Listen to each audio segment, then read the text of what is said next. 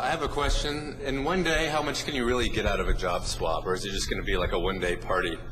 Like, ooh, I'm CEO today. This is fun. Corporate jet. Yeah, exactly. That's an That's an excellent question. Of course, you know, we want each of our work swap participant to contribute value.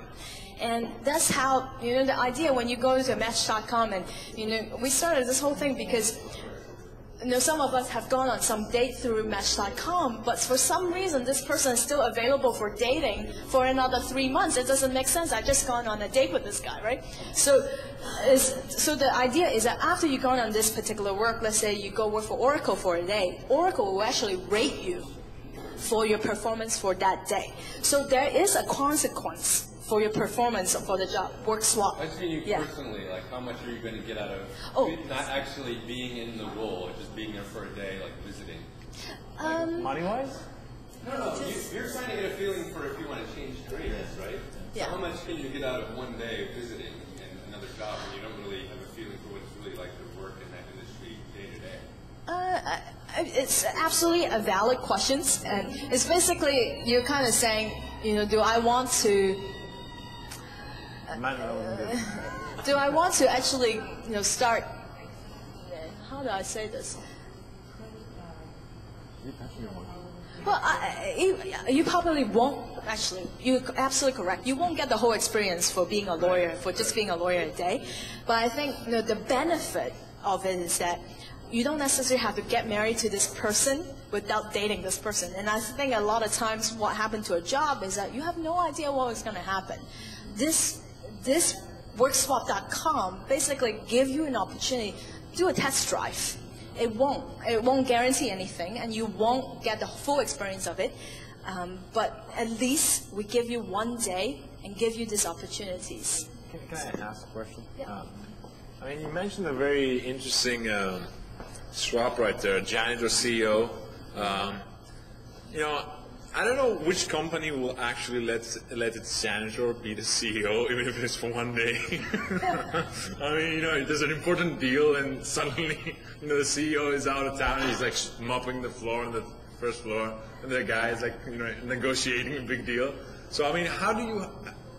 I understand when it works, you know, intra-company, and perhaps it could work if the persons who are swapping are just below each other. So, for example, you know, the CEO could perhaps swap with somebody who's in like 2 levels or 1 level max below him. But just to swap a CEO with a janitor, I don't think no company will ever do that. You know? I mean, how do you plan to solve that problem? That's a great point, and which I mentioned earlier. Each person has to have a profile. So, in terms of, you know, education levels and experience, well, the whole point is actually not to necessarily have the experience. That's why you need to swap. But there is certain criteria for each of the position and job description that a particular position would need. And also, you need a match. Yeah. Well, you need a match. The CEO has to have said that he wants to be a janitor for one day. And I think that sometimes some job has so many responsibilities that for one day you just need to escape. I mean, I wouldn't mind not to be a janitor for one day. Yes. On Friday afternoon, I wouldn't mind. Yeah, sure, but I'm thinking that jobs with less risk would probably be more appropriate. For example, if you work in a pet store, you know, and you don't want to go to the pet store one day, you know, you can say, let's swap. You're a high-flying CEO for like a cutting-edge technology company, you might not be taking that risk, you know, because it's too risky, you know, even for one day. Yeah, there definitely are going to be some sort of criteria that match the people between levels, but at the internal company level, I guess the value isn't really gained just between the 2 people swapping, but also because it's documented, other people within the company can get a better understanding of those roles and the values of those roles and what the contributions are. With internal, I agree, but with external, you also have to think of the issues that you're putting a stranger into your company. Are you going to accept competitors? Yeah, definitely. If it was 2 competitors, I mean, I guess before somebody enters the system, there's going to be, you know, there's some kind of agreement. I mean, it's obviously that's something that, you know, would not be a good match. Yeah. Question? Any more questions? Your question?